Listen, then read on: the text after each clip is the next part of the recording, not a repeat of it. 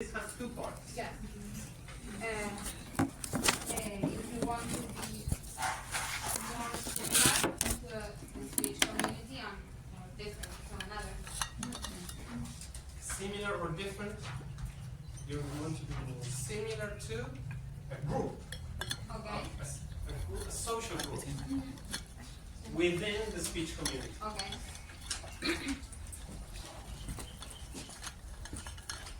Do you identify with that? I did. Do you think you speak like other women to indicate that you are feminine? Do you speak like other young people because somehow unconsciously you want to indicate that you're more similar to people your age than to older people? Yes. Some point. Yes. I don't know, I'm not conscious about this. So. Exactly. But these drives that the author is talking about are not psychological drives. These are not drives that people are aware of. These are social drives.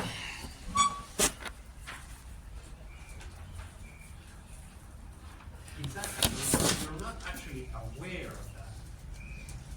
But somehow your behavior tends to be more similar to the people you identify with, and at the same time somehow a little bit different from the people you don't identify with.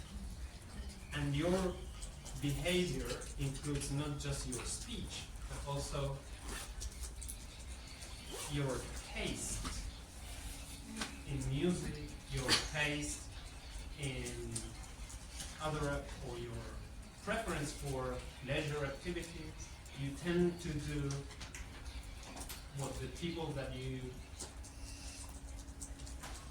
somehow try to indicate that you fit in do. And you tend to avoid those activities that are typical of other groups you don't like. Does that happen to you? Yes, I have two sisters that I live with, and one of them always thinks it's funny when I hang out with my friends from the school of languages, and then we're always speaking with English in between our sentences, and it's really funny because like we got used to it already with them. Right. I mean, I don't second guess it, but I'm Right. like, That's to do with something that is called code switching.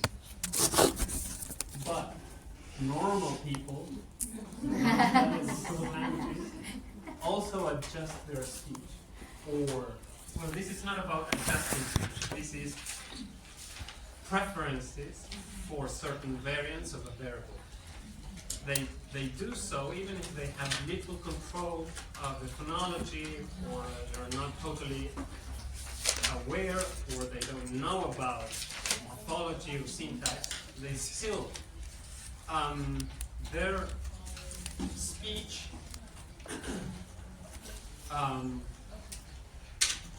show a tendency towards certain preference for, and preference is also metaphorical, it's not conscious. Preference means a tendency to use these variants more frequently than other variants. And those tendencies are in line with, according to some, the groups that you want to indicate that you fit in, or that you belong to. And they tend to be different from those groups that you don't want to be associated with. Right? Okay. And then what's the next item? A desire to do things that have value in the community and associate yourself with that value. Is that, can you explain that? What value is she talking about? Material value, economic value? No, social value. Okay. prestige.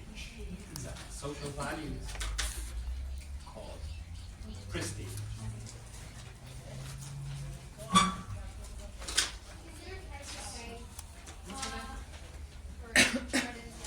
Valencia? Yes. Your son in Valencia? Becaria. Go. So is it okay to say that you use a certain variety because you want to belong to a community, to a speech community? We're talking about variants, not varieties.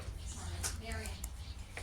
And you use, as the example shows, you use all the variants available. Yes. It's a matter of higher frequencies. Uh-huh. But is it okay to say, do you know who you belong to? Well, Speech no, community? no. Or It's not that. converge? It's not that you use a variant with higher frequency than another variant,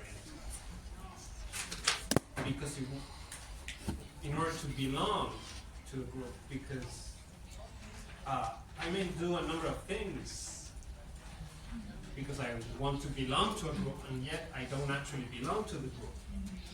It's the way the author explains this is because a speaker may want to indicate that they are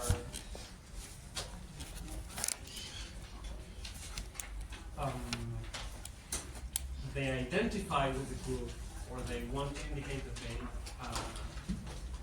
affiliate with the group, or they want to be associated with the group, but not in order to belong. Can you give us an example of that? All of those are in the But reading material. with This. this,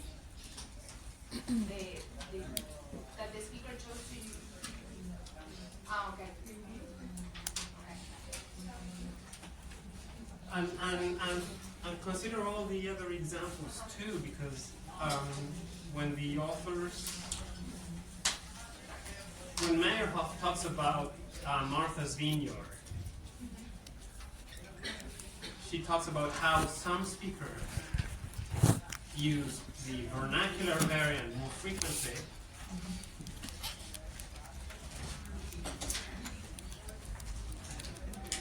indicating that that variant has a particular value for that community.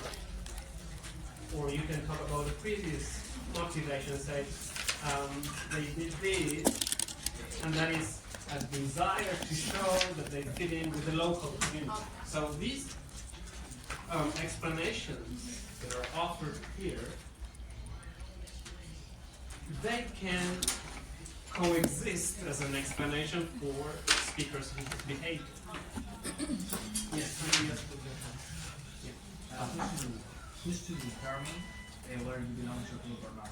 Who is to determine whether you belong to a group or not? The group that may accept you or not. This is a discussion. Share like all the characteristics that There are groups to which you belong as a matter of fact or factual characteristics. For example, you belong to an age group just because you are the age you are, okay? Or you belong to the sex group male just because of your biological characteristics. There are other groups, smaller groups within a community, like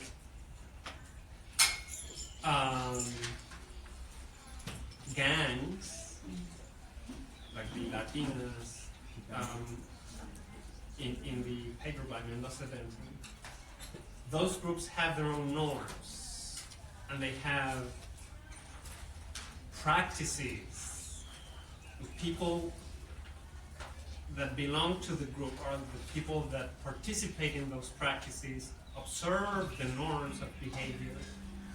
Some may be more central, and others may be peripheral, because either they don't participate in certain practices, like, for example, they don't have tattoos, they don't wear the same colors as the central members wear, or they fail to observe certain behavior norms. So they are peripherals, and there are some that are wannabes. They may wear all the colors, the tattoos, speak like a norteña, they want to be part of the group, and they are not accepted for some reason. Okay, so in some groups, like gangs Or religious groups, like religious groups, Catholics. exactly, or groups of friends, los varones del fútbol de los jueves, or I remember. las chicas de la salida de los viernes de la noche, whatever group that can be called, that can be compared to one of these groups that we're talking about. Technically, these groups can be called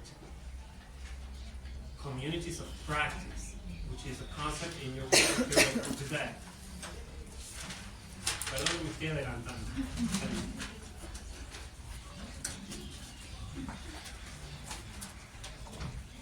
Does anybody participate in a choir? In coro?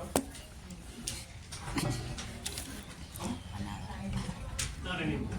Does anybody have a rock band? You do, a rock band.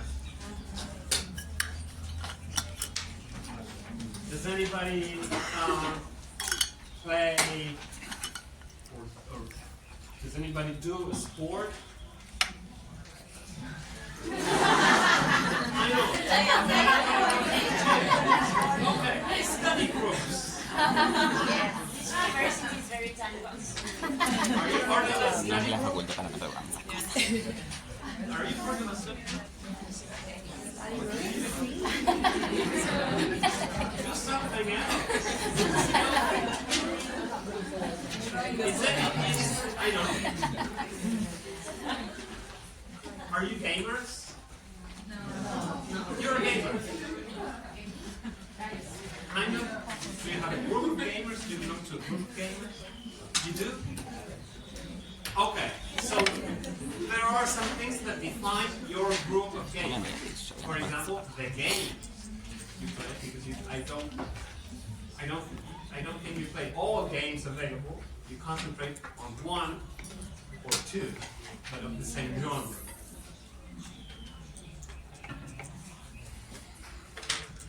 So that's a practice that you share.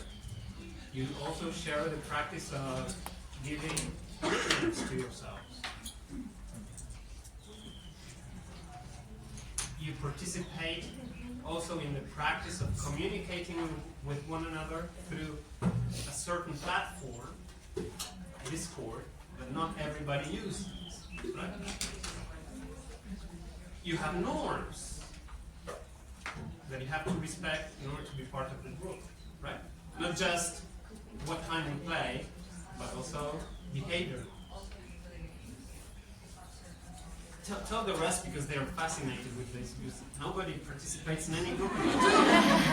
So tell the rest of the class. Come on, speak up. First of all, we are all women. We don't engage with men usually in our groups. Yo el Candy Crush. And the games that we play are usually low-key or You know what? the games we play are usually comforting games, not like violent games. Okay. And usually, like, when you have to play, you have to follow certain norms. For example, in certain games, you cannot insult in the chats or Okay. have certain strict norms that you get banned if you break them. Okay, so this is a community of practice because they share what? Practices and norms. Just like the Thomas's rock band, the members of the rock band share practices and norms. Don't tell us the practices. Javier, But I didn't get the name of the student who. Azul, Well, what's her surname? I will not say that out. The surname, not the nickname. The surname. No. Azul, No, we don't care about the nickname. That's personal. Now we care. It's right. Pereira. Okay. Where was I going? So in your case, your community of practice, that's easy to define whether somebody's a member or not. Because the members of the group decide, hey, should we include this new keyboard player or not? That's the end of the story. In the case of Azul's community of practice, that can be, I imagine, a little bit more easy because there can be new members, but there are not central members in the sense that they don't participate in the games every day. Sometimes they show up, sometimes they don't, sometimes they behave according to the norm, sometimes they don't, so they're more peripheral. And there may be some that may want to be part, but they are still not part. Usually the new members don't because their friends Right. They find out that it exists and they join. Sometimes they join for some days, then they don't like the group, they quit. Okay, so membership to a community of practice cannot always be defined with 100% of certainty. Because there are a number of different factors that lead to your belonging to the community of practice or not. So it cannot be precise, like 100%. Precisely defined. Yeah. Yeah. But when you think of large macro social groups in an entire society, those groups that are defined by social demographic factors, that's easier to, you're either of this sex or of this other sex. You're either teenager or young adult or older adult.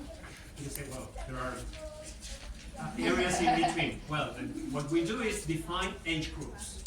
20 to 39, 40 to 69, 70 to whatever, okay? So you're either 39 or you're 40. You belong to this group or the other group, okay? So that's the difference between macro social groups defined by social demographic groups and these other micro social groupings, agrupamientos, like communities of practice. There's a question here. More than Notice that the researchers interested in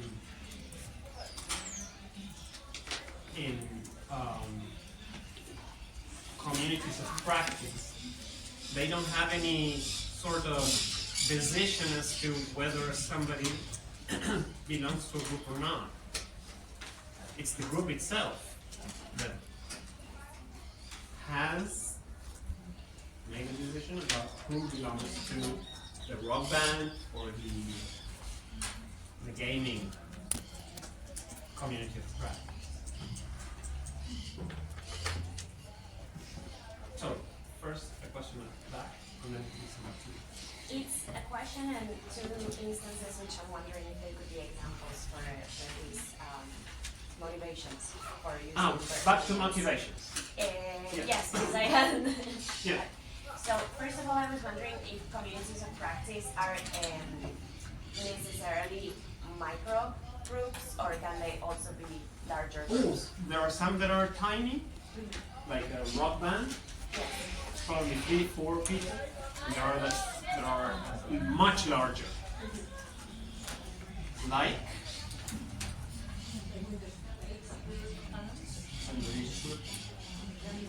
a group of religious people Okay. at a church that participate not just in this religious service, but also as a large group that does charity, that collects clothes for the needy, cooks But for it wouldn't people be that... a demographic, for instance. I'm sorry? It wouldn't be a demographic. Like, No, I mean, like, all the women in the city? No. okay, I would in the middle of those. Like? Because the example I was thinking of in this idea of doing something that denotes prestige of using, be it linguistically or other practices, I was thinking of there has been this debate, this ongoing debate about whether North Americans, like people from the United States, who have Latin American roots, whether they are to be considered Latino or not, and the perception of Latin American people who actually live in Latin America, if they should speak Spanish or if they not, and if they speak Spanish, the degree of Spanish that they can speak. They are derogatory called no sabo kids. And so I was wondering if the intent of speaking Spanish without an accent can be a way of showing that you can align with this group, of like trying to denote prestige in your speech. Okay. Spanish without an accent is a myth. But yeah, There's always an accent. without the Trying to- rolling the R's, for instance. Okay. Okay. So there is an attempt at speaking Spanish without English phonological features. Exactly. Okay. The other part of the question, everything that involves an answer to the rest of the question is to do with ideologies. Ideologies about languages, for example, the ideology that each nation speaks one language, which, as we will see in Unit 5, is a myth, because in a nation there may be Yeah, but several languages that coexist. So people who strongly believe that each national group should speak one language and should not speak any other language, and not, let alone, the language, but with a foreign accent, they have that idea and they behave in accordance to that idea. They're like rejecting whoever speaks the language with an accent. So, we could leave all these more intricate issues that are to do with our beliefs about languages, our beliefs about the people that speak a language for Unit 5. But, as a short answer to your question, I can say that this is to do with not communities of practice, but larger groups, because what you have in mind is Latinos in the USA. That's an entire macro group defined by the social demographic factor, ethnicity, or place of provenance. that's why I was saying demographic, because I Yeah. couldn't. Yeah, absolutely. So definitely, that's not a community of practice. Okay. That is a macro social group. And the second question? Oh, and the second question was when we were talking about showing how you fit in into a group and are different from others. I recently saw that there was this research on queer spaces, on Queer? Yes, on speech patterns because of the intonation and where that stems from. And there is this whole line of thinking that says that the intonation used, which is so characteristic, stems from years of trying to, well, in which being queer was illegal or, I don't know, looked down Condemned upon. socially. Yeah. contextually. So it was a way for people to know that they were in a safe space with another queer person by just the way in which they spoke. Yeah, definitely. You could include intonation as a speech feature that is used to indicate fitting in or distancing from social groups that you don't want to identify with.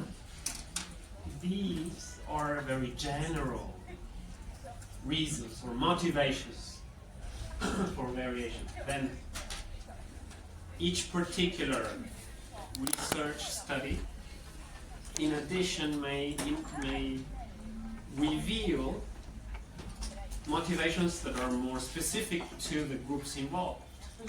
Like you said, for example, intonation can indicate I feel comfortable talking to you.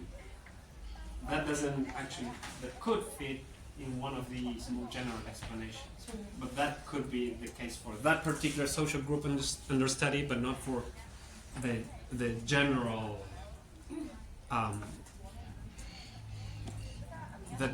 my point is that wouldn't apply across all cases. I got it. Okay? So bear in mind that these 4 motivations are very, very general. And in each particular study there can be more specific motivations. That was the point I was trying to make at the very beginning. Thank you. I just wanted to say that I remember a very clear example of the first motivation. Okay. Of the first motivation. I remember watching someone on TikTok telling how they had moved to the U.S. and at first they wanted to speak more like a native speaker because they wanted to improve their English or whatever. But then the more they lived there, they realized they don't want to be identified as white. So they were on purpose, basically, speaking with a Spanish-speaking accent, so that they can identify different white people that also in the same group as other Latinos. Yeah, definitely. So there are lots of studies of small communities of practice, and sometimes some studies study not communities of practice but a macro group, like comparing African Americans with Latinos in a particular city. And Latinos may use some African American vernacular English features to indicate or motivated by their desire to indicate that they are not whites. But they use those features at different frequencies from African Americans, so that they can also distinguish themselves from African Americans. So the use of language, like we said in the first lesson of this unit, reveals how social groups in social life are related in ways that are unique to each society.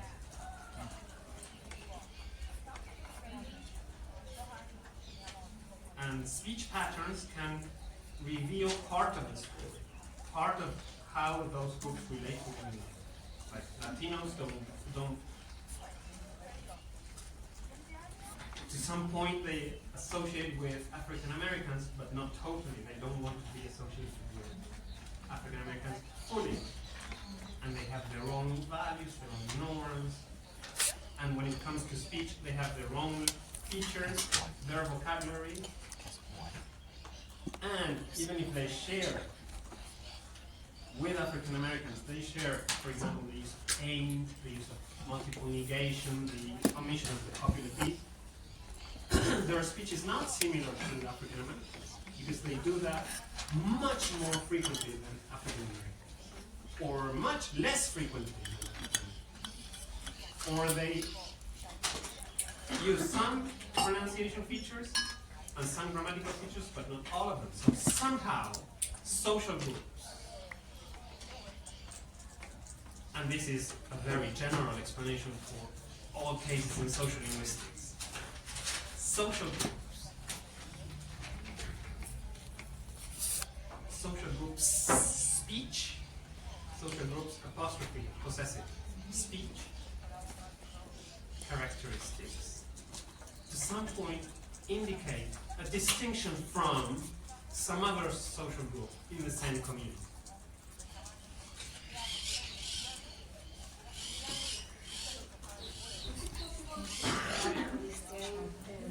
Community of practice without being part of the same species. For example, people who play the same game in different languages. Yeah, absolutely. So there are communities of practices that are now not geographically based in the same spot. They have a more global nature. Absolutely. So, can you explain the word that Yeah, that's the difficult one. Yeah. So everything started as a road to explaining the fourth, the desire.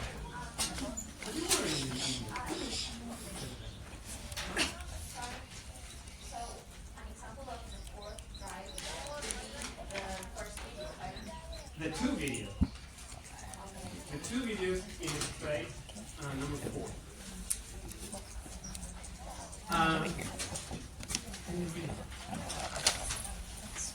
Alba.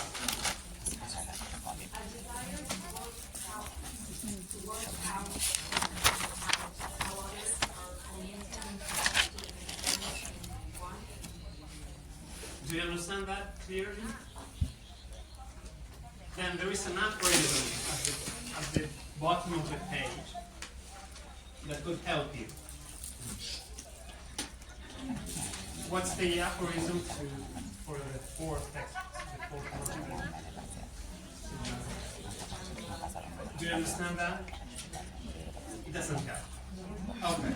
So, in very simple terms, the fourth motivation for variation involves actual interaction. The fourth motivation is not about social groups in an abstract, like 1, 2, and 3 are. Number 4 considers what actually happens when people interact. And in interaction, like in the videos you saw,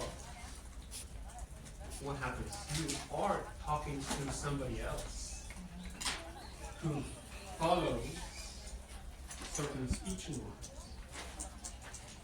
Somebody else about whom you as a speaker make hypotheses about who they are,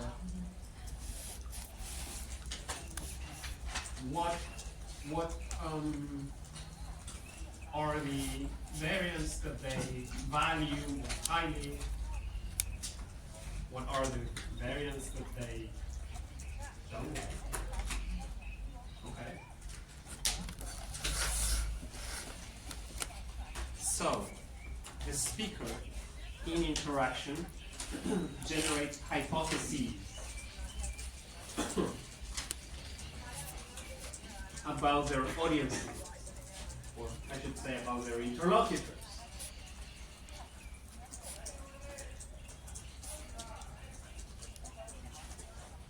And they test the hypotheses as they talk.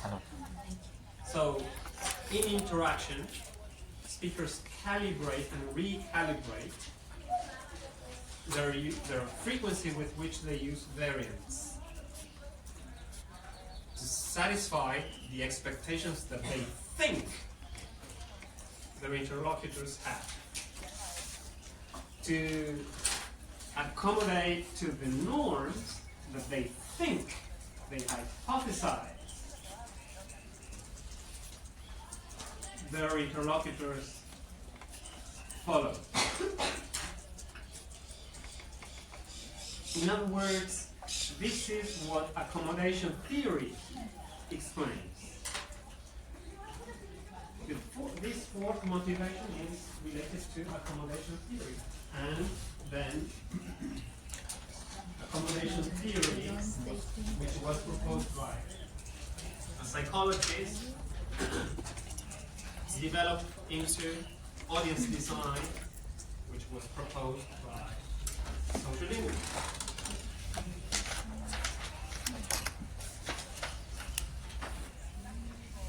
Notice what happens when you talk to a stranger. Stranger is, by definition, someone who doesn't belong to any of your groups. You have no idea who the person is, and you need to interact with them. In your speech, there will be fluctuations that indicate that you are uncertain about their identity. Until you finally get some idea of who they are just by interacting, and your calibration, your attunement will orient more towards them. Okay? Somebody in the evening group gave the example.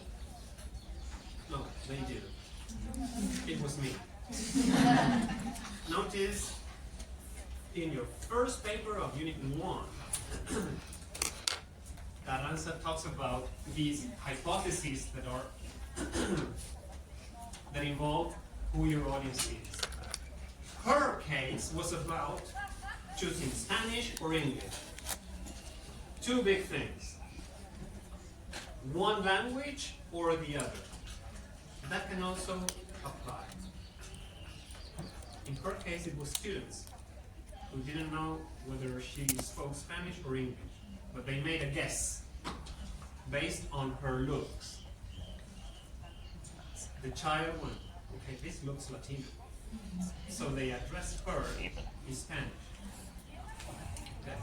That's speech designed for the audience. Based on what? Did the child ask for her passport to see what language to use? No. They made a guess, a hypothesis.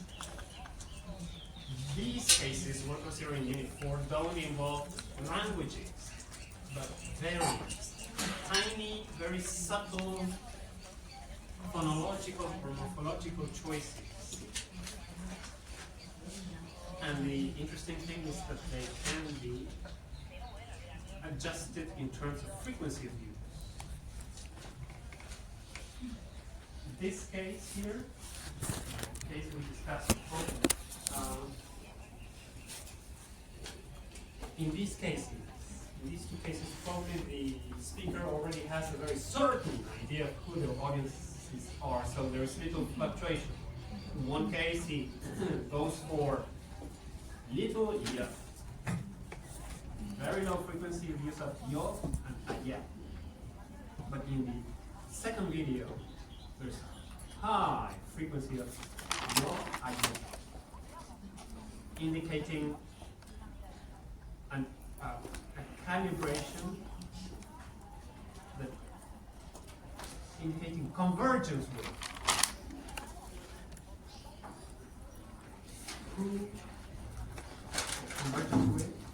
his idea of who the audience is. Are you following? Kind of. My point is, audience design, this sort of calibration, or attunement that we're talking about, doesn't involve factual knowledge about the audience, but hypotheses about who your audience may be. Is that clear?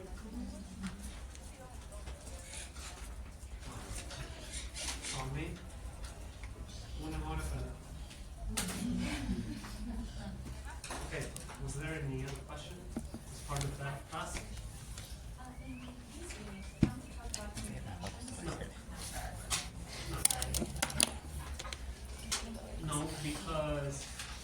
in the other units, there's not conscious control. There may be some strategic, strategy is not the same as intent. There may be the strategic use of certain speech features on some occasions, like the avoidance or the preference for vocabulary. Because vocabulary is easier to control at a more conscious level, but not phonology, morphology, or syntax. Yes. No. I don't think that this was either rehearsed or strategic.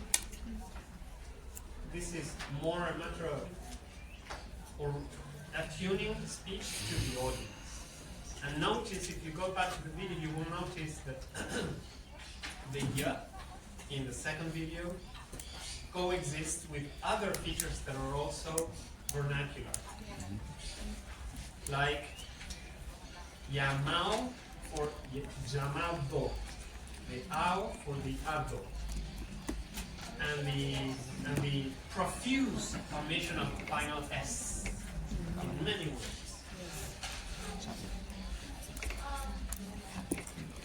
This has structure, but there is a structure also, right? There is a topic. But topic is not linguistic. Topic, when you think about linguistic factors, think about what belongs to the system. So, is the topic also a factor of the change? Because in the first video it is a lot more complicated. Okay. Legal, there is a legal topic. And also number. Okay. I think the environment has much to do with Yeah. the audience. Yeah, I think that we cannot rule topic out as a factor, but we should come up with a new set of videos to be able to control for topic. And it should be said that he is trying to project himself as an equal to the audience, or that Not equal. This is not to do with being at the same level of the vertical axis. This is about closeness on horizontal axis. I feel you. I identify with you. Your problems are mine. because in my But he's still the leader. okay, because in my answer I wrote that yeah variant is more used by class Working class. The working class. Yeah, absolutely. Because he's trying to be Relatable. and chosen. Right? Yeah. Okay. Ready. There were two other questions dictated by Dr. Carranza. I can't speak in English.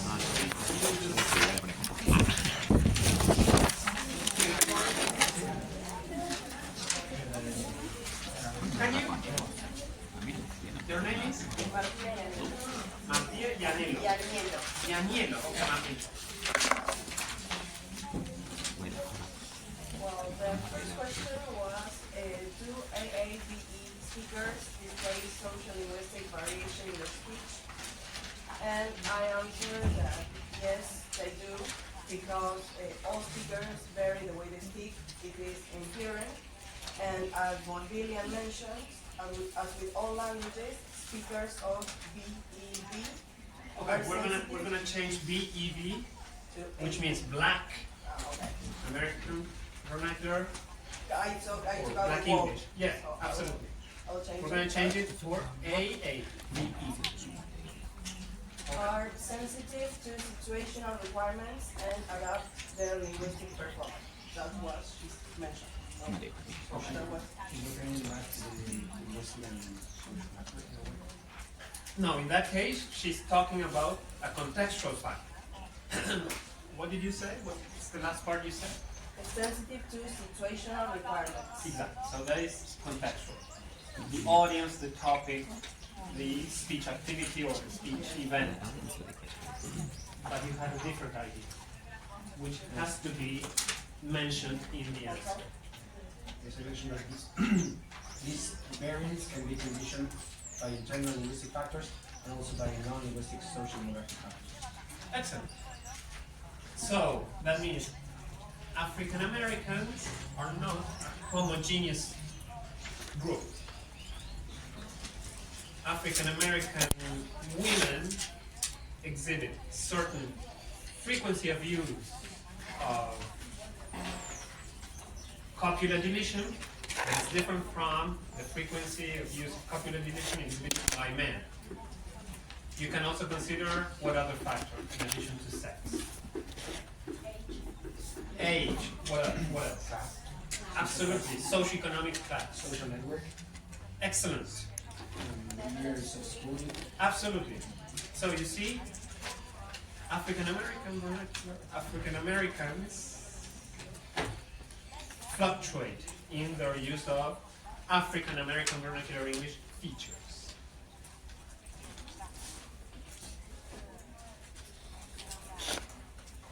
Should we take linguistic factors into account? yes. Absolutely.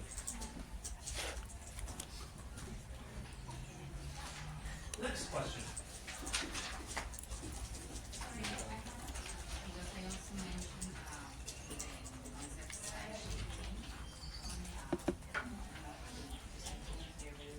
Well, the first part of Martina's answer will concern style shift, because she talked about fluctuating in relation to, or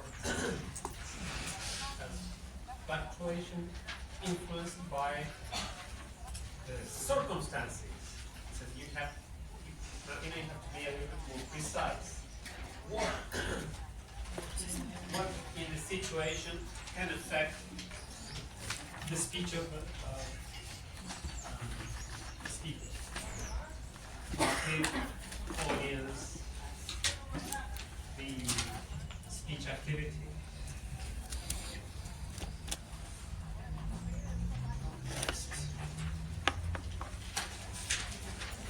Can you? What's your name? Ivovich?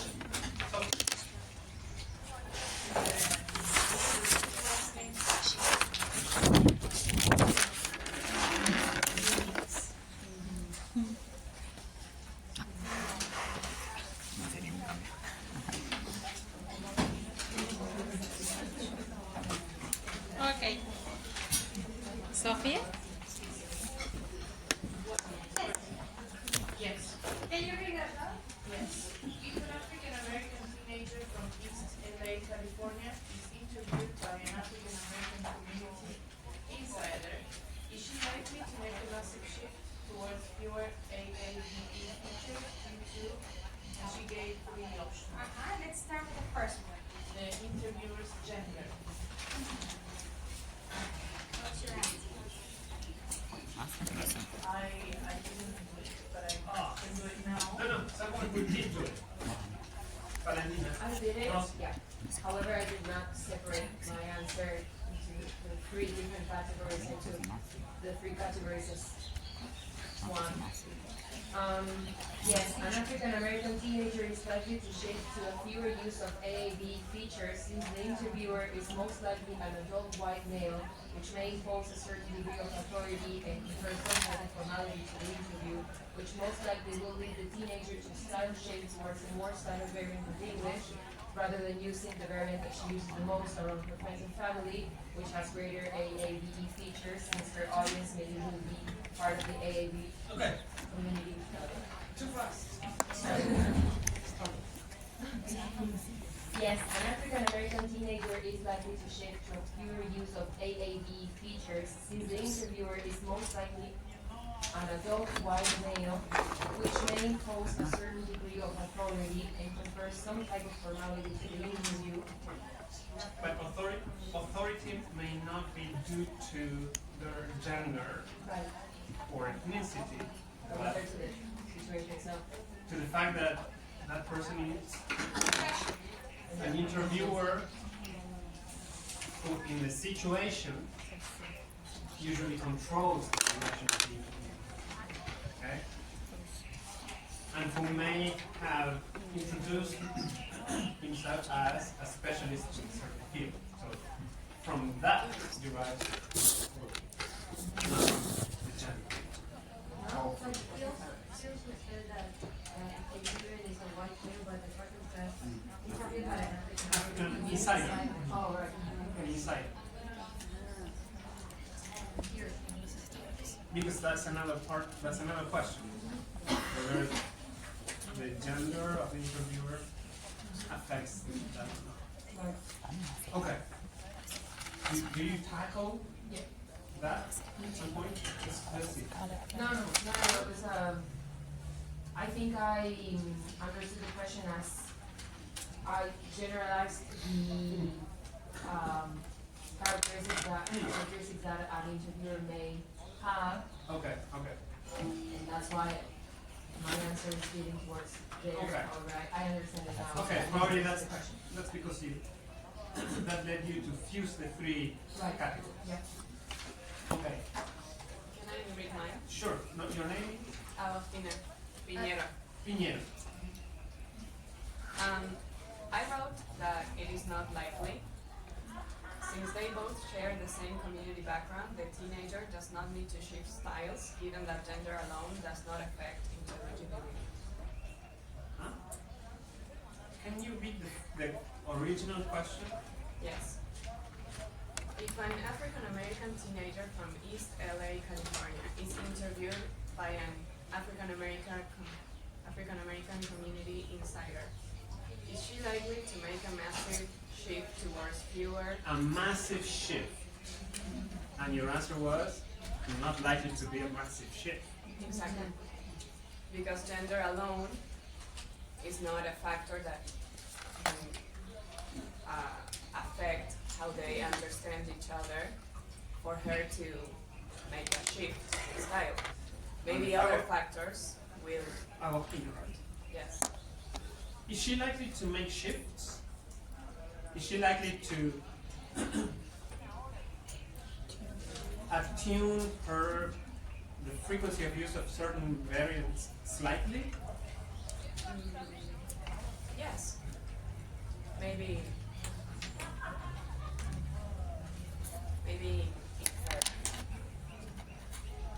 I don't know. Maybe lexical choices or Reduce the vision of the copy. Maybe she's likely to reduce a little bit the elision of the copula.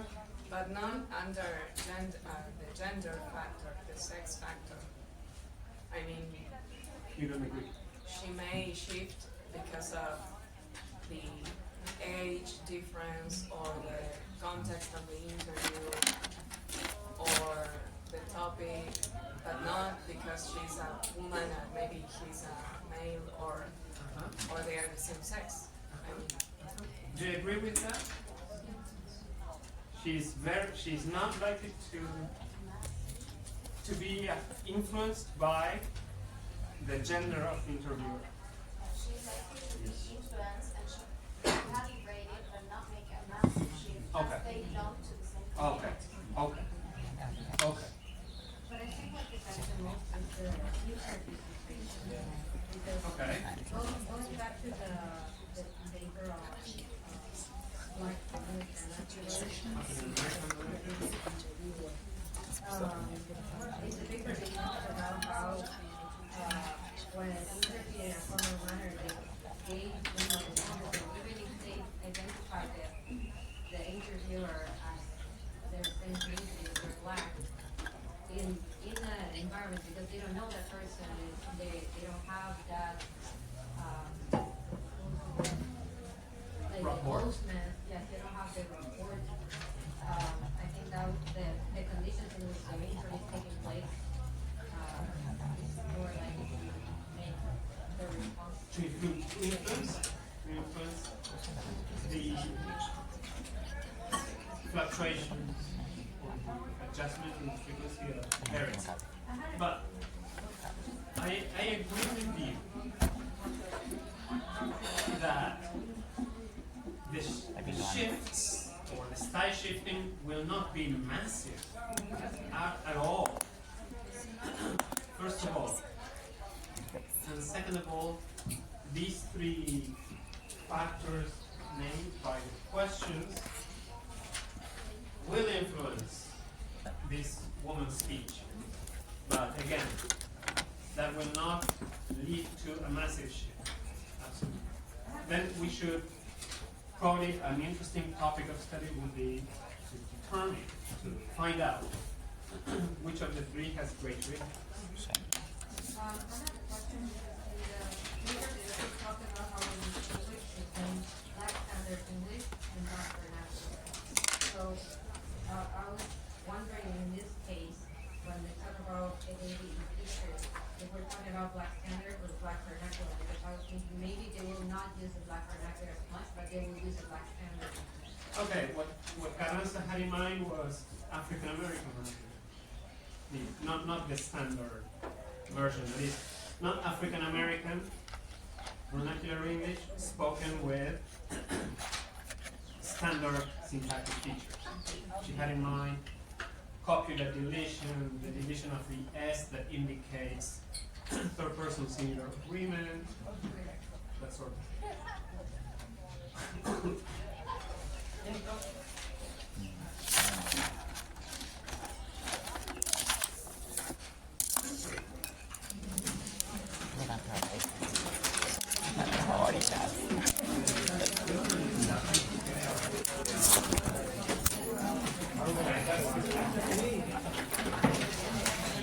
I will explain that very quickly.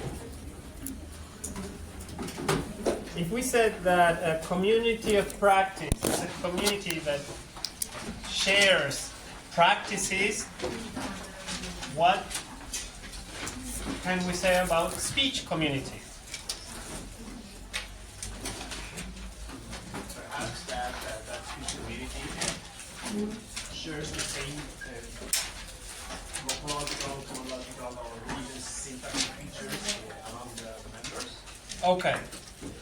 So, speech community is a little bit tricky because you would assume that the speech community is a community characterized by the same speech behavior, but that is not the case.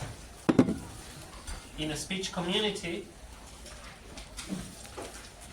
there's variation, but what the members of the speech community share is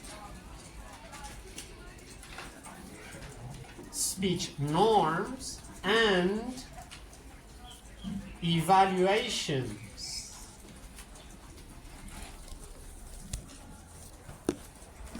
of speech features. In other words, the members of a speech community tend to share their positive evaluation for certain variants and negative evaluation for certain other variants.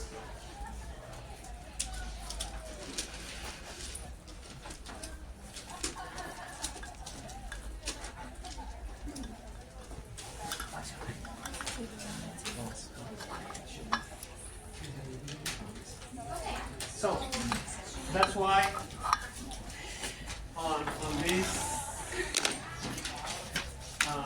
fragment by down with this graph, you're told that the speakers of New York City are a speech community because they share the evaluation of the Wheeler Ing as more prestigious than the alveolar Ing. How does the researcher know that they share the same evaluation? Because all of them tend to use the velar in more and more frequently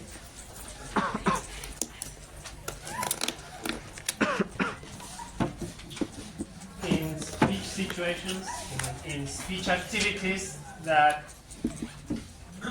require a lot of attention to their own speech, like reading out loud, list of words. Okay.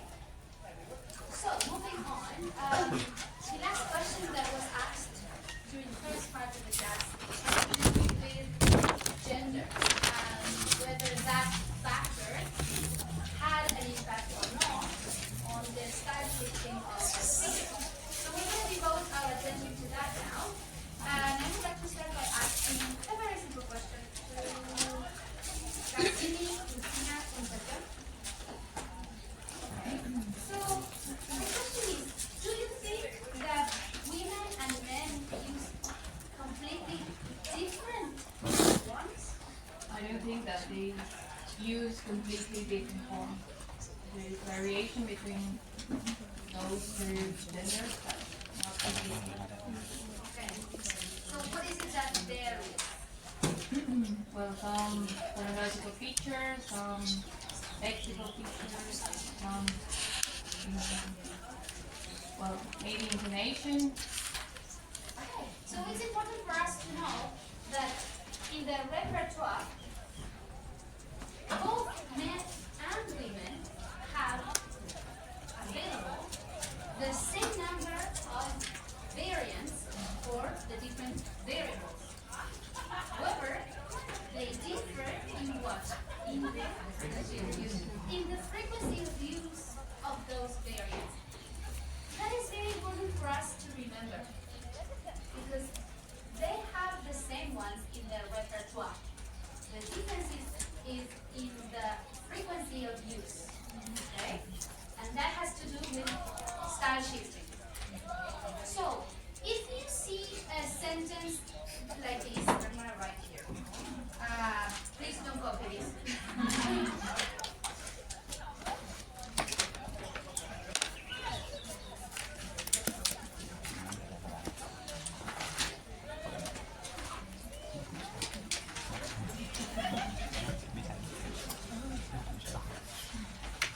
Do you see something like this and this? What can we say about this? Is it correct? Is it incorrect? Can it be modified? So, I have over here. Yes. It's too categorical. Thank you for that. To say that women use more standard variants than men, it's too categorical. How can we improve this? And have it in mind for your exams.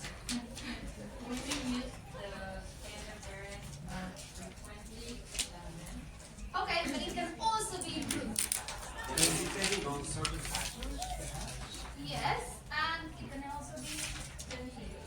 Yes, thank you. So we're always talking about tendencies, right? So women tend. We can say that in certain occasions, depending on situational factors and requirements, tend, use this word, tend to use more standard variants? No. Somebody said here. You said it. So, more standard variants or a higher frequency of standard variants than men do. So remember, try not to be categorical because when we are talking about speech, people do all kinds of things. And it's impossible for us to predict 100% of the times what they are going to produce. It's not possible. So we're talking about tendencies and frequencies. So, Yes. let's correct that on the board. Okay. So there are no mistakes. Tend to use standard variants more frequently than men do. Because if you just leave that if you say women use, erase them all. More standard variants. Right, use. No es que usen más variantes estándares, que los hombres. Ambos usan las mismas variantes estándares, pero la diferencia es la frecuencia. And the English syntax is important, because if you say women use standard variants more frequently than men, then there is ambiguity. One reading could be that women use use standard variants more frequently than they use men, and that's not what you mean. So it has to be than men do, or than do men. You choose, do men or men do, but the verb has to be there to disambiguate. Okay. A question. So we should use hedging, those strategies of using them to... Yeah. Sorry, can we also say a higher proportion of standard How? women tend to use a higher proportion of standard variants than men do? Yeah. Did you hear what she said? She mentioned that we could also say women tend to use a higher proportion of standard variants, okay, than men. Cornejo, and if you wanted to talk about probability, likelihood, how would you phrase it? Women are more likely to use standard variants than men do. Ah, no, trampa. How did your sentence start? Women are more likely to use Are more likely to use standard variants than? men are. Exactly. Okay, so this is important for you to remember because we see this a lot during exams. And it shows that you studied the concept, you read the papers, but you need to show us that you understand that this is a matter of proportions and frequencies and not an overgeneralization. Okay? So, moving on, there have been many studies conducted on the different social factors that affect style shifting. We have mentioned a few, and today we're going to focus now on how the factor gender has an impact, has an influence on the style shifting of speakers. Now, the paper that was written and that you have in your book, goes from the past to the present, and it takes you back to the first studies that were conducted. And first you have to understand that the first studies on variation were conducted by dialectologists. Am I pronouncing it correctly? Dialectologists?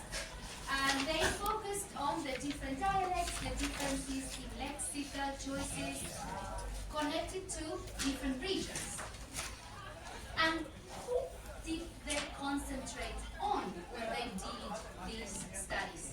Do you remember? Who were the people selected for these? Men. Especially older men.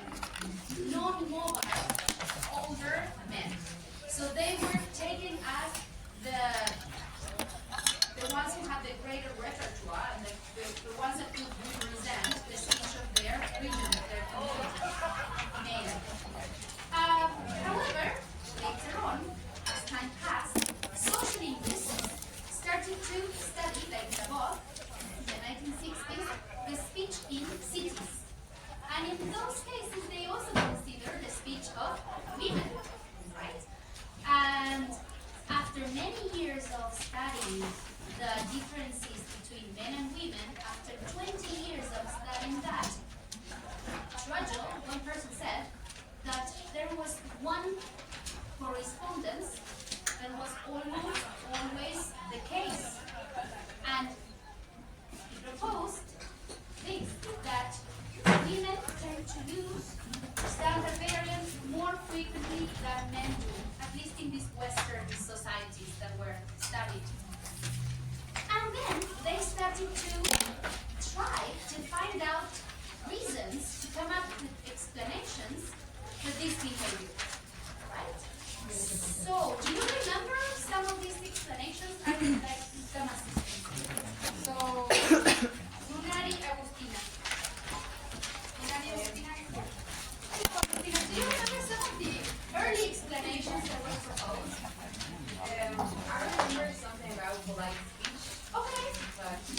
how to explain it correctly.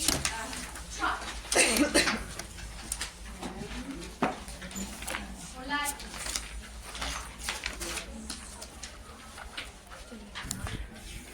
Maybe it has to do with subordination, that people who are subordinated must be polite, who be subordinate to men.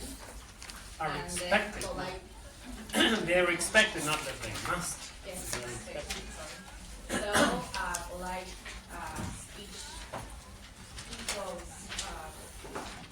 standard speech. Okay. That is part of the criticism, actually. Because It's not my personal opinion, okay? I'm just okay, saying no, that you're saying everybody- you're assisting me. Thank you. So one of the early explanations to account for this stated that subordinate groups tended to be they were expected to be polite towards those groups who were in a dominant position. So if we consider, for example, the speech of children, they are expected to be polite to adults. They are subordinate, right? Or students, they are expected to be polite to their teachers and stuff. So they try to explain this by saying that because women were in a subordinate position in society, they tended to show a greater frequency of standard variance. However, what's the problem here? That you can be polite using vernacular forms as well. Absolutely. So that is the criticism that this explanation received. Yes. You can also be impolite. Absolutely, and there is an example, a pretty clear example in the reading material, in which a person was absolutely rude, but the person was using RP and perfect standard English, standard variants of English. So, Yes. a question to the student who spoke last. Who's that? Okay, Florencia. So, what's the most general way of explaining the problem? Which problem? What you've been talking about, the more general criticism that can be leveled against the politeness explanation. The previous speaker? Yes. Lunari. Can you repeat the question? Lunari said, you can be polite using the vernacular variants, and you said you can be impolite using standard variants. So what is the more general way of phrasing these two issues?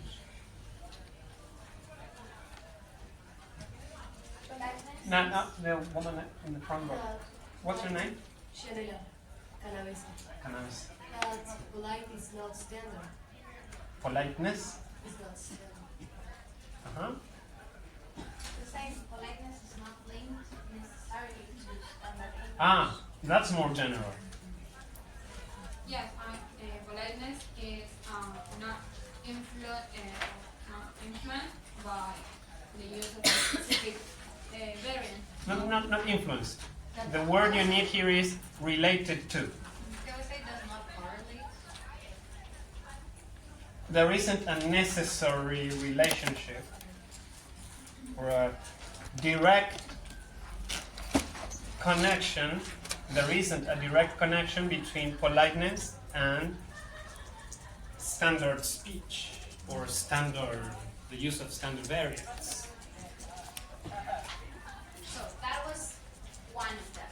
Then Esteban Fernandez, is he here? Is it you? Okay, can you help me? Do you remember any of the other early explanations that were given to account for this? So politeness is one, but there were others.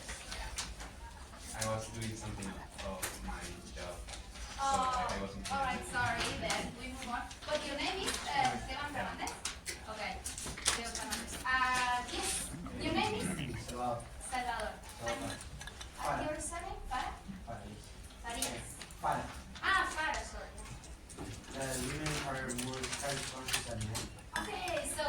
This explanation has to do with status. Can you elaborate on that, please? Because you are on the right track. What is It has to do status? that with the idea that the speaker needs to standard has to do with the having high status. Okay, so there is a frequency so there is a correlation between a high frequency in the use of standard variants and the social status of the speakers. So in general, speakers of the higher social class tend to use more standard variants. And one of the explanations given to this was connected to that. And it said something like women, because they are denied of social status that men have, that men enjoy, they tend to use more standard variants, or they tend to use standard variants more frequently in order to claim a higher status. Do you agree, disagree? What was the criticism given to this? Does anybody remember? The criticism was that it depends on what kind of job environment we're referring to. Okay, so the criticism that was given was connected to the fact that this was not making sense if you consider that women who are denied of this status, like let's think of housewives who are raising their families at home. So men go and have the white-collar jobs. Do you think that those women who are at home looking after their children can you predict if they are going to be showing in their speech a very high frequency of standard variants?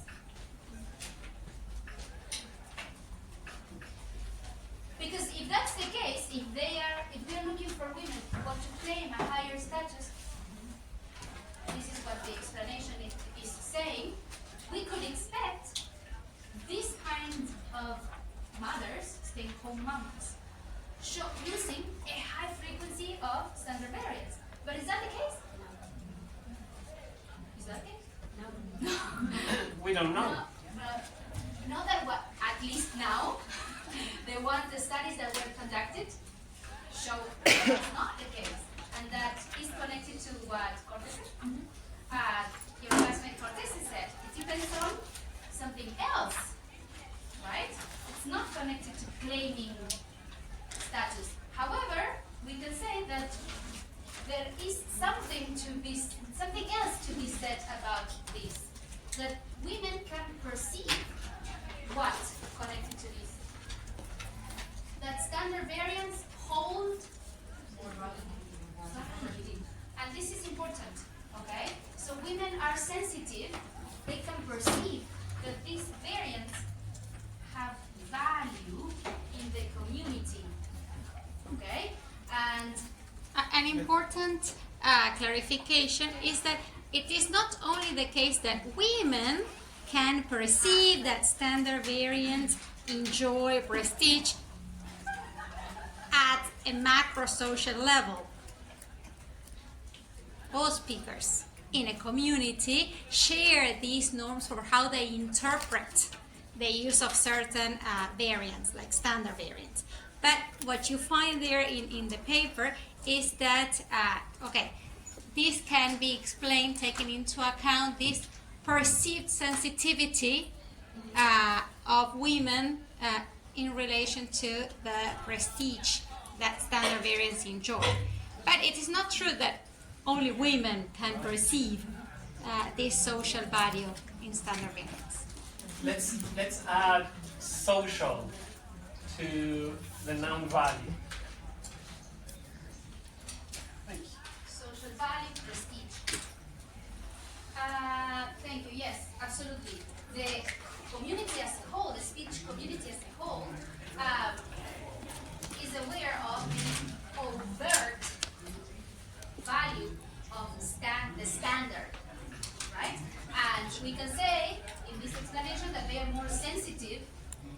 to these women. Supposedly. Sorry? Supposedly. Supposedly, they are more sensitive to this. Okay. Why?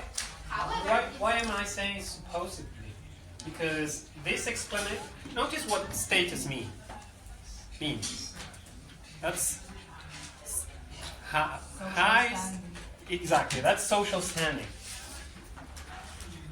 The rationale here is that because women cannot achieve social standing through their work and earn their own money, then they resort to some sort of symbolic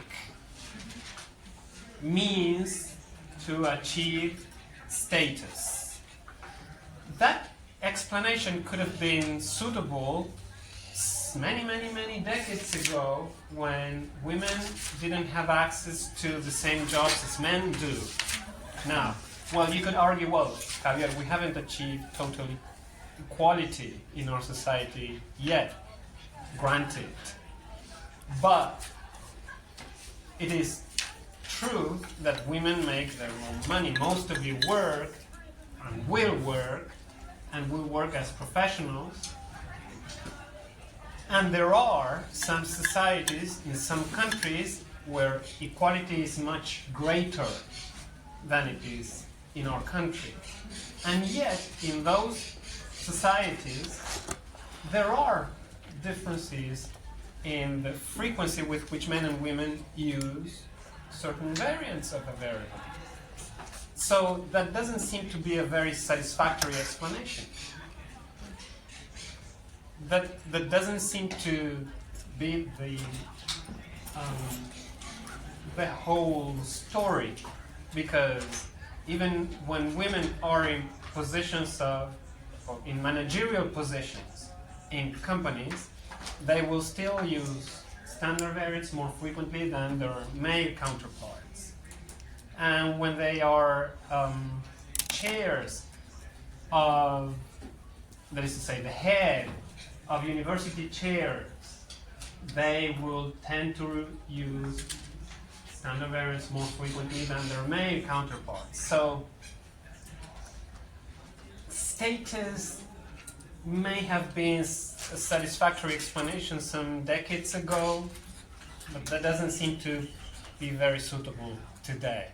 But it might not be related to actual status, but more about the perceived status. Like even if a woman and a man are in the same job position, a woman is usually perceived as with less authority or with less say than a man in an opinion frame. That would be a possibility. Yeah. But still, why would the one that is lesser than the other be expected to use the standard variance more frequently? I think that there's some paradox. Yes, there. but I think women, because we know that people are gonna doubt us more, it's like we try to counterbalance that with being more proper, like being more correct, or like trying to be better than, so that we are listened to or we are considered in what we have to say. Okay, so the rationale here under this status explanation is that the frequent use of standard variance somehow acts as a compensation mechanism for something that is not obtained otherwise. And also, the other thing that was said in the paper is that that they ask why do men use the standard variance less. That also applies to another example here that says that the study in Belfast, where women who had paid jobs use the standard less, in contrast with the women who didn't have paid jobs. And I think that goes back to kind of the compensation, because they didn't have a job that had prestige. Maybe they felt like they needed to compensate with the use of language, and the women who already had a prestigious job felt like they didn't need to compensate. Okay. So, as you can see, there are several explanations, and what this chapter does is question them. Then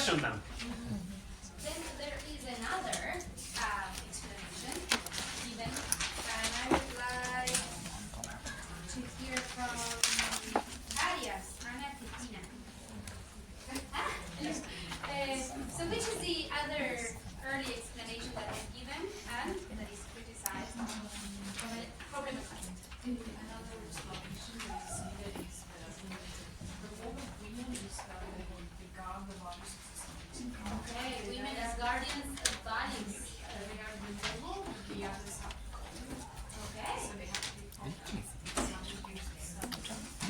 So the expectations that society puts on women. And the voice and minorities and Can you speak up? I still think the people at the back. Can you repeat that? The voice are supposed to have more liberated and misbehave and use more like run up the girls. Yes, girls are supposed to proper and guide them. They have to be them. Okay, so what this explanation proposes is that society puts on women this expectation to be proper, to be the role models, to be the guardians of values, and that would explain why women tend to use more standard variants, tend to use a higher proportion of standard variants than men do. And the paper says, yes, imagine when they are little kids, boys can go and get dirty, but girls are told, hey, no, don't dirty your dress. You have to be proper. You have to behave like a lady. So this was an explanation in which behavior, expectations were equated. Like the speech behavior of women was expected to show this propriety, these expectations of being correct, right? But what are the criticisms that were given to this? Cornejo, Carla? Okay, Carla, what do you think about this explanation? What shall we call it? Expectations. Gender-related expectations. Okay. Because remember, guys, that gender is not a biological given. Gender identity is constantly constructed through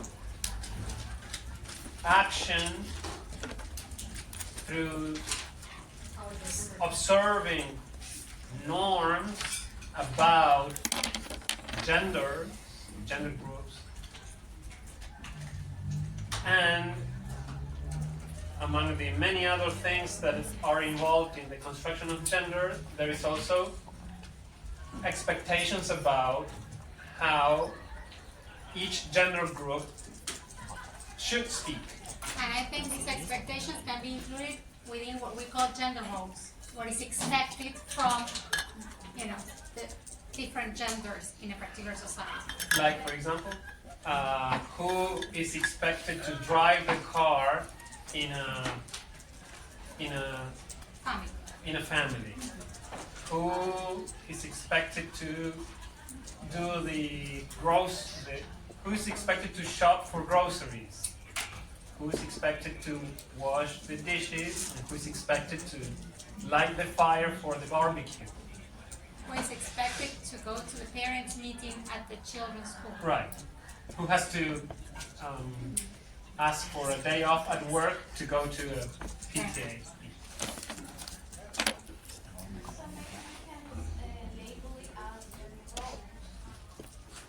Gender-related expectations. Yes, I wouldn't say directly the roles, because again, these are also connected to different communities. The expectations and the roles, they change from community to community. So we can say that there are expectations connected to the roles. But we can problematize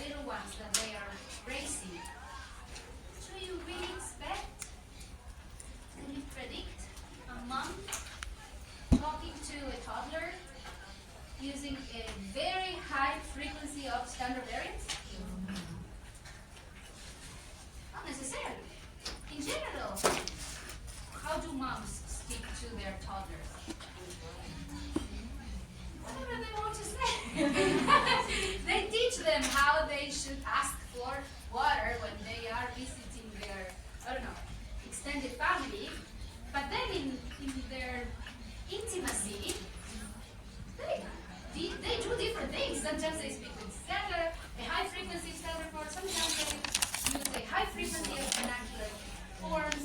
So this can be contested. And again, the expectations connected to the different genders are different in different societies and different speech communities, different groups of people.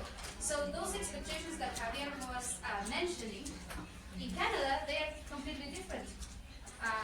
It's perfectly acceptable and expected for men to go to their teacher interview and to ask for the day off, and that's completely normal. And here, it is not. It is expected that women should ask for a day off work to go to the meeting with the teacher at school, right? So this can also be contested. What are some of the new explanations, new alternatives that were given to account for this? There is one, and I don't want to say it because it was mentioned in the previous part of the class, and I would like Dia Sofia Diana. Dia Sofia, are you here? Okay. Agustina Well. Hello, Agustina. So what can be another explanation that could account for this difference? One of them that was mentioned, I think, back in the class, was that the influence of the addressee and the context. Okay, so I keep the first part. So the address. Yes, I think that someone mentioned that if the interviewer is a man and the person being interviewed is a woman, then that relationship will be different than if both are men, for example. Yes. I think that something that is mentioned here is that female interviewees will not feel as comfortable as male interviewees in that relationship. So they might try to, I don't know, or feel more distant from their interviewers, so they don't use vernacular forms, which are associated with a relaxed environment. So the interview situation of those women that were taken into account in those early studies, the interview context was completely different from the interview context in which male speakers were interviewed. Because the very first sociolinguists who were conducting these studies were male. So that is a big difference to consider. Women who were being interviewed by this stranger, male, representative of the academic world, that context was different from men-to-men interview situation. And even the questions that were asked to elicit supposedly relaxed, casual conversations were different between the questions asked to women and those asked to the men. Some of them were extremely uncomfortable for women to answer. So those are other factors. So the addressee, who you are speaking to, is something that needs to be considered to account for this. And then there is another. So what you're saying is that the methodology that was applied to collect data Yes. could have influenced the results. Okay. Well, then by methodology I mean everything surrounding the gathering of the data. In this case, it was the interviewer's identity that could have influenced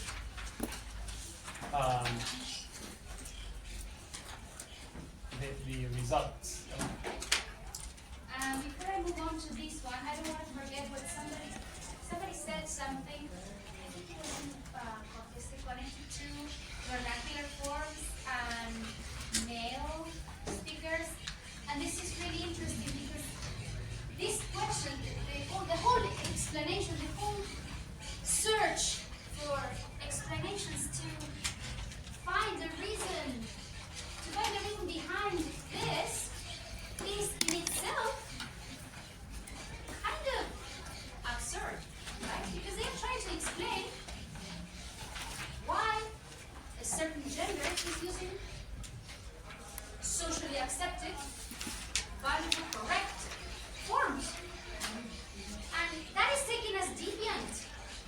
they're searching and they're trying to understand why they see something instead of asking the other question.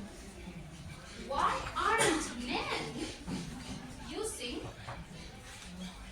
standard variants more frequently? Why is it? Because this should be like the expectation, right? But they spend a lot of time coming up with explanations to account for this until they ask a different question. Why aren't men? Why don't men use a higher frequency of standard variance? Do you remember some of the explanations that were given? Yes? What's your name again? Noonan. Okay. One of the answers, I don't know if it's correct, but it says that men prefer vernacular forms because they carry this macho connotation of masculinity and toughness, and these standard forms tend to be to carry this connotation of femininity and being correct or female values. Okay. So, thank you.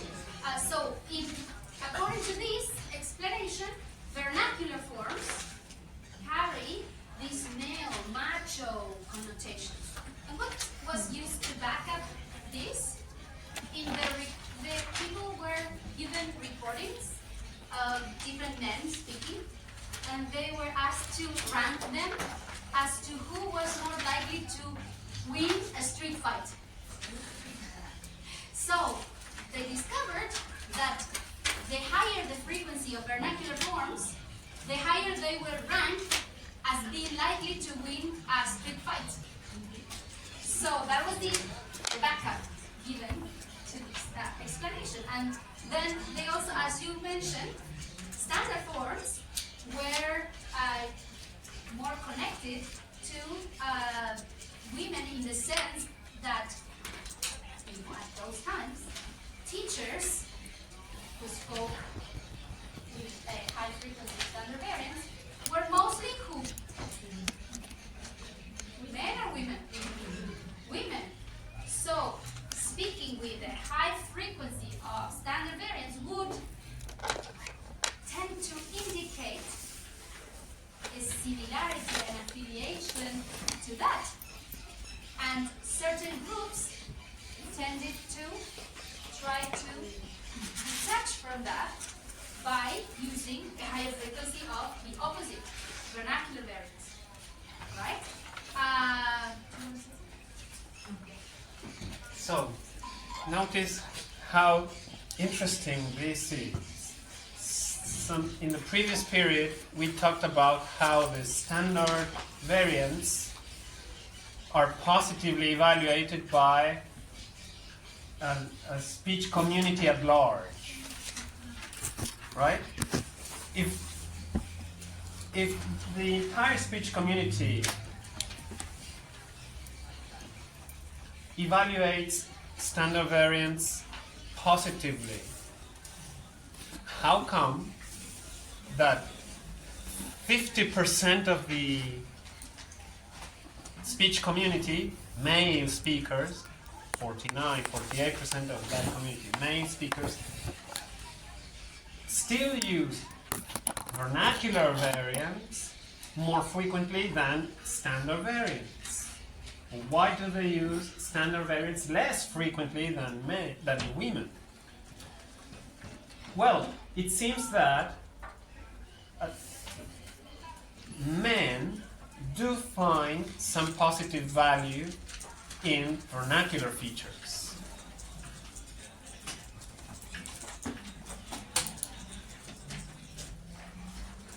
They find those vernacular features prestigious, but not overtly so, but covertly so.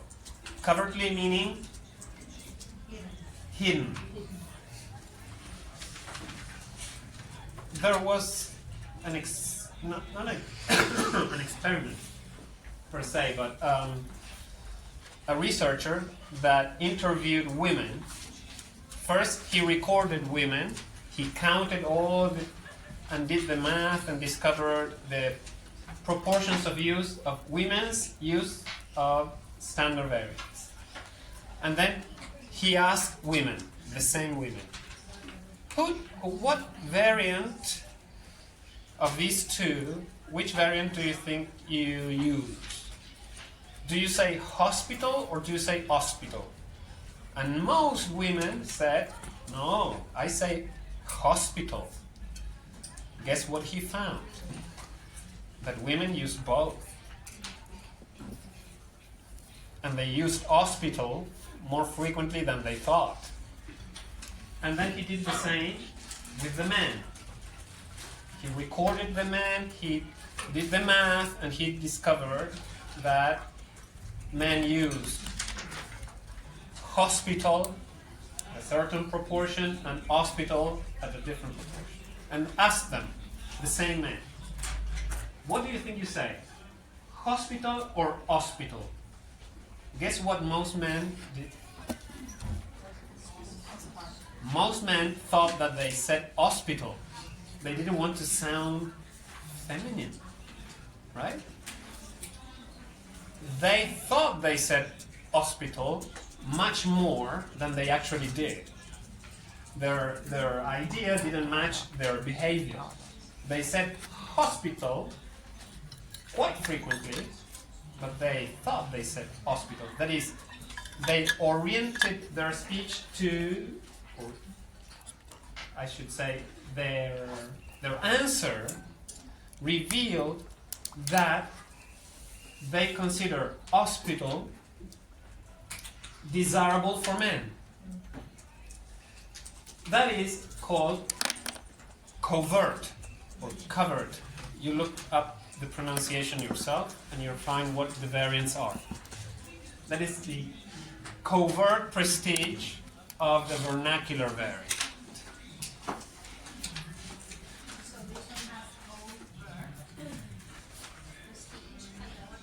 So there is a group within the speech community, there is a group that values positively what is vernacular.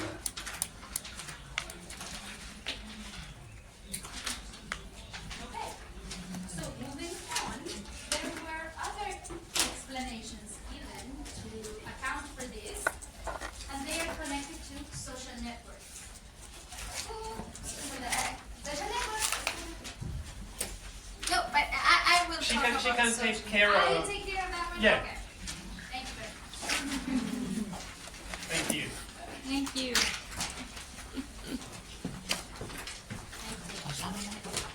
La chica del Animal Print. And we have our line. Any question before or while Dr. Garina gets ready? Have you got any question? I do.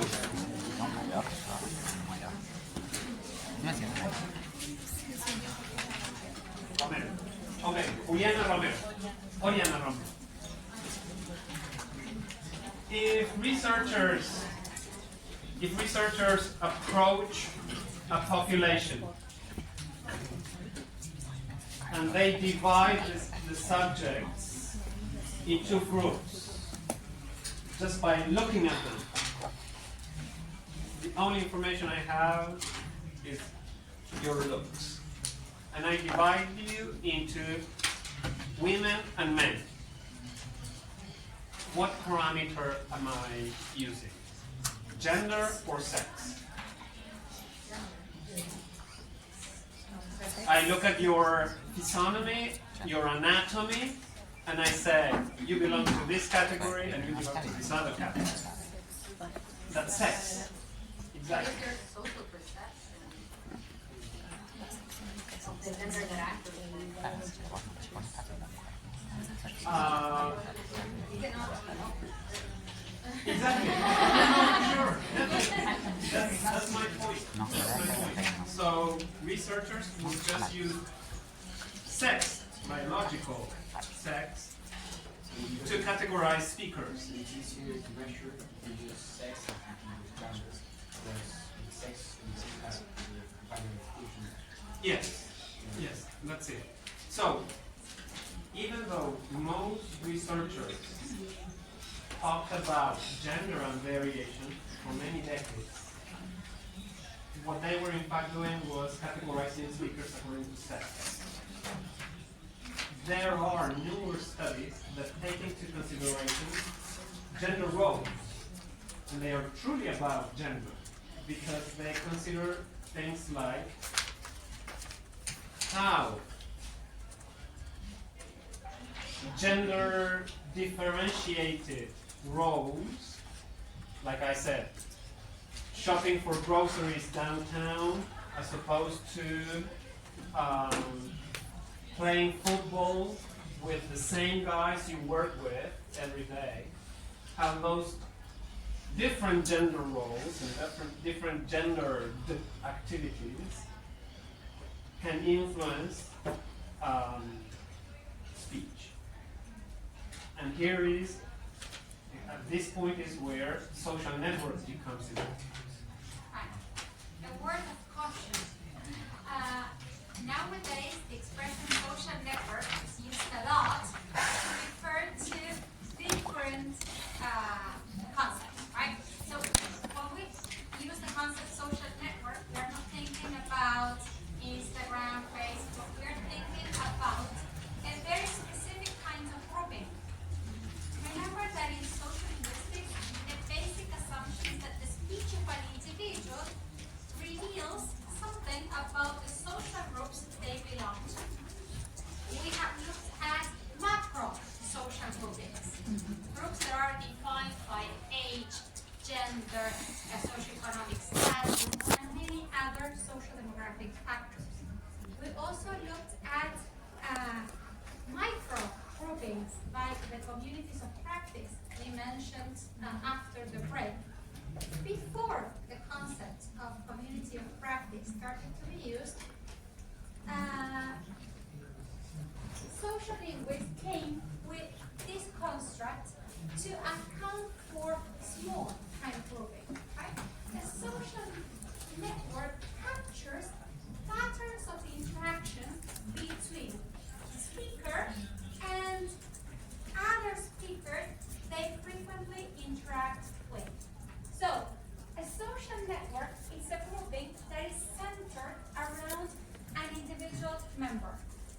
So, whenever we refer to a social network, we refer to it by naming whose social network it is. So, for example, Dr. Martinez's social network, Marcela Altamira's social network, right? These social networks are identified around a central member. This is kind of social group.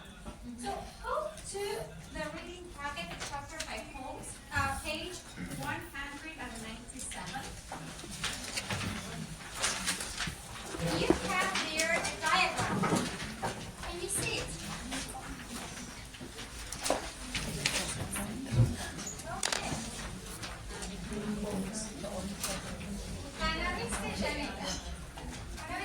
Okay. Okay. Are you looking at the diagram? Yes. Great. Is everyone doing that? Yes. Okay. So, whose social network is this one? How do you know? Exactly. Because it's in the center of the social group. So, what do we say? Okay, social networks are identified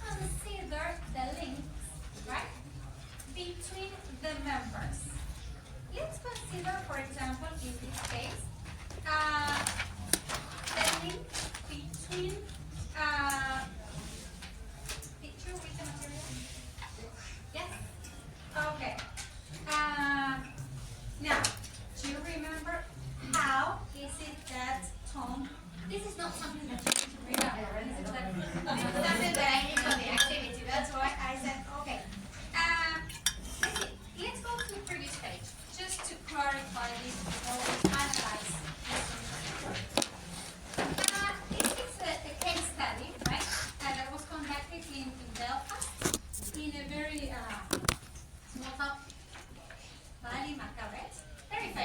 Okay. A neighborhood.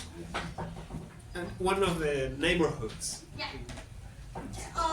Is Belfast, right? Yeah. Yeah. Oh, so can you read the box that says example 9? Yes. Tom lives in a Protestant area east of the river Rio in Belfast. He's 18 years old and he works as an apprentice in the shipyard. He got the job from his uncle Bob, who works at the shipyard, and he has a cousin Mike, who works there too. He and Mike live in the same street, and the most nights they have a beer together after work. They also run a disco with two friends, Joe and Gary, and that means that several nights a week they travel across town to perform at different venues. Oh, so now let's go back and look at the connections, the links between, let's see, Tom here and Captain Mike.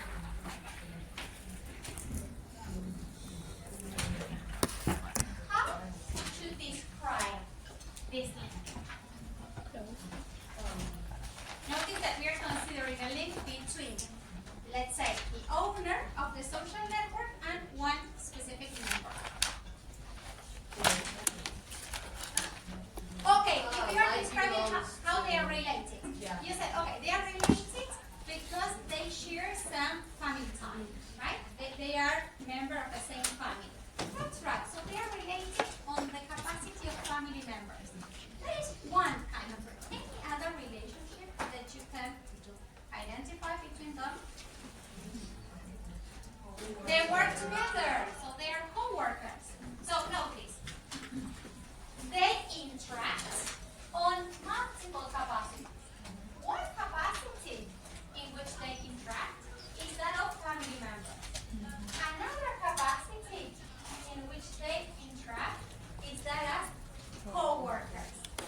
Any other capacity in which they interact? Neighbors. Okay, they're neighbors. And that part when they say that they usually have a beer after work and they go to the pub. Okay, friends. That's right. And then, they have some sort of business together, right? They play music in other towns. So, right, they're somehow a business partner in this sense.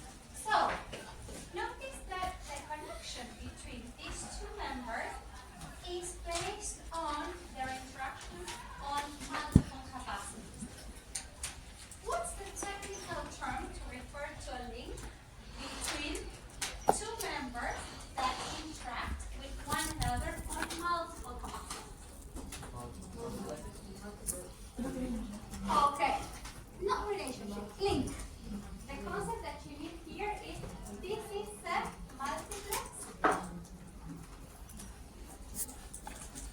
link. You can say side. Can we say side? Okay. And of course, a multiplex link is, of course, we don't have any information about Sandy, but we can think about Sandy as being Joe's girlfriend. And Sandy does not interact with Joe on any other capacity. Right? What happens if, of course, we're thinking about Joe and Sandy. If they just interact on the capacity of romantic partners, what's the technical term to refer to this link?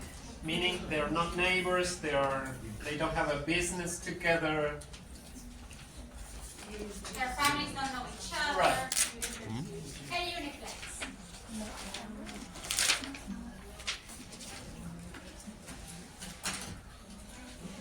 Okay. Another dimension on which we can interpret a social network is on the basis of the relationship between the members of the social network. Let's consider this social network. Are the members of Tom's social network related to one another? Julieta. Yes, I was except for Sandy, I think they're all related. Right. So notice that, of course, we can assume that cousin Mike is the son of Uncle Bob. So, and then, Jerry is also a friend of Joe, and Mike and Ronnie, they work together with Uncle Bob. So, how do we... Okay, we can think about cousin Mike and here Uncle Bob.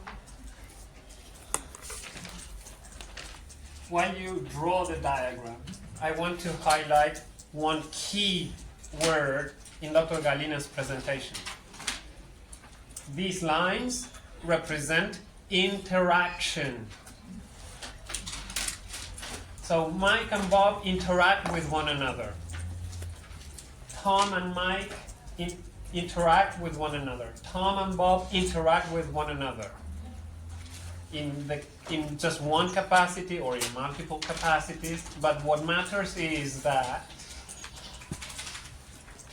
the patterns of interaction of Tom have some influence on her speech, his speech. It's not a matter of being friends. It's not that because you're my friend, my speech has this characteristic. It's because I interact repeatedly, habitually, recurrently with Mike, Bob, and Jer, that my speech has certain characteristics. Okay? It's recurrent, habitual interaction what matters. Okay.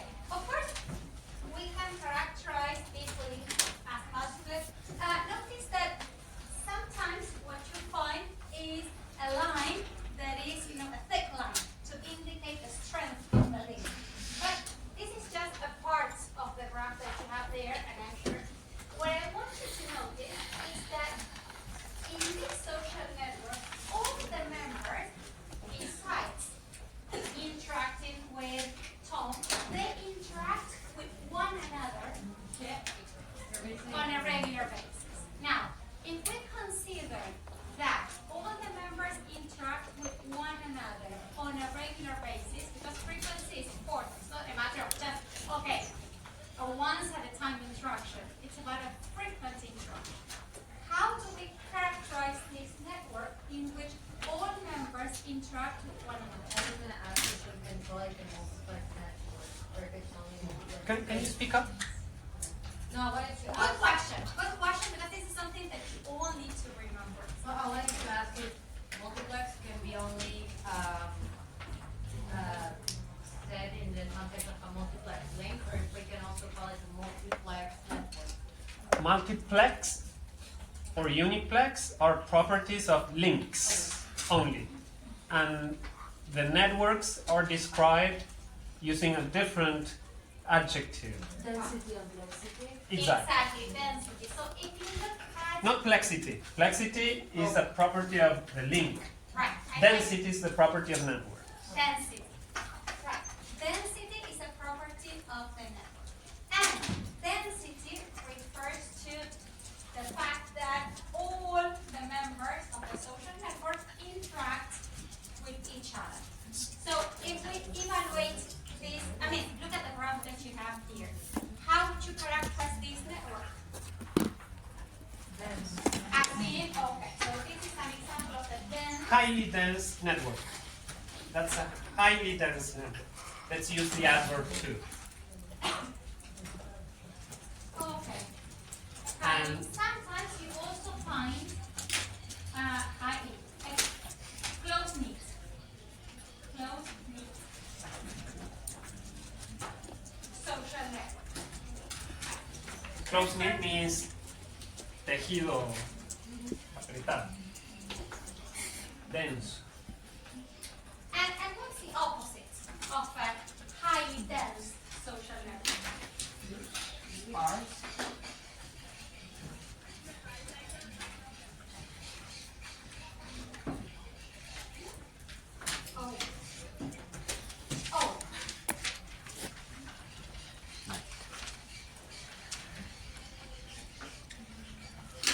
What's the opposite of highly dense?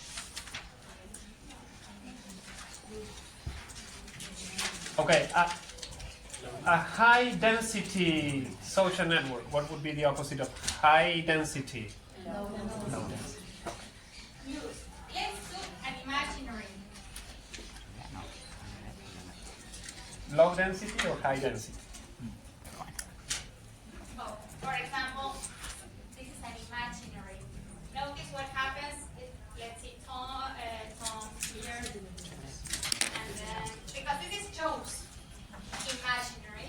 Of course, you need to, researcher follow the research subject and see and observe their behaviors and their patterns of interaction. This is just for you to know, and then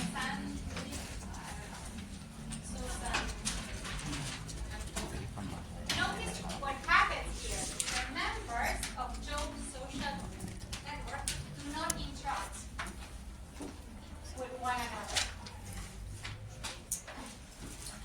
Now, what's the importance or what's the relevance of social networks in social linguistics? This can be homework. Yes, it can. So, homework assignments. Please take dictation. Question 1.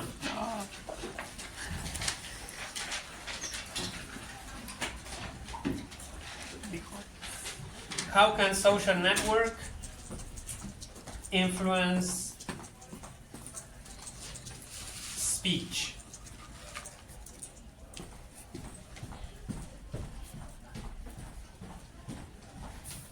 We expect this is not dictation. We expect your own elaboration on this. The answers to the questions will not be the same among yourselves. Question 2.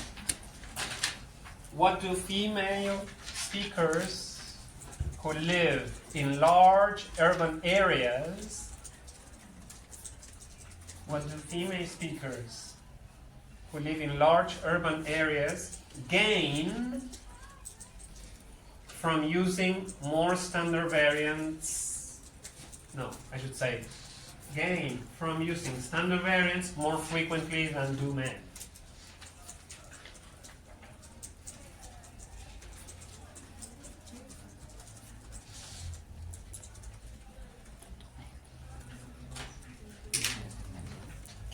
Okay?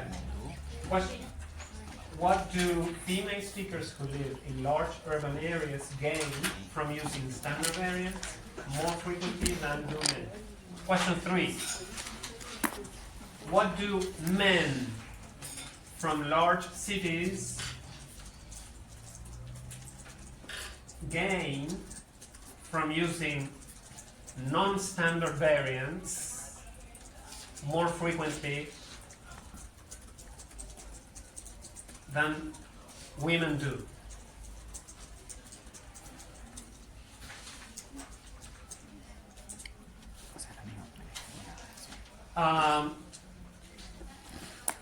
In Moodle, you will find that we have uploaded the reading packet for Unit 4 again with some added material. The added material, the extra material, is made of fragments with examples. So read that as more examples of grammatical variation, phonological variation. There aren't new concepts, okay? There are a couple of pictures of famous people.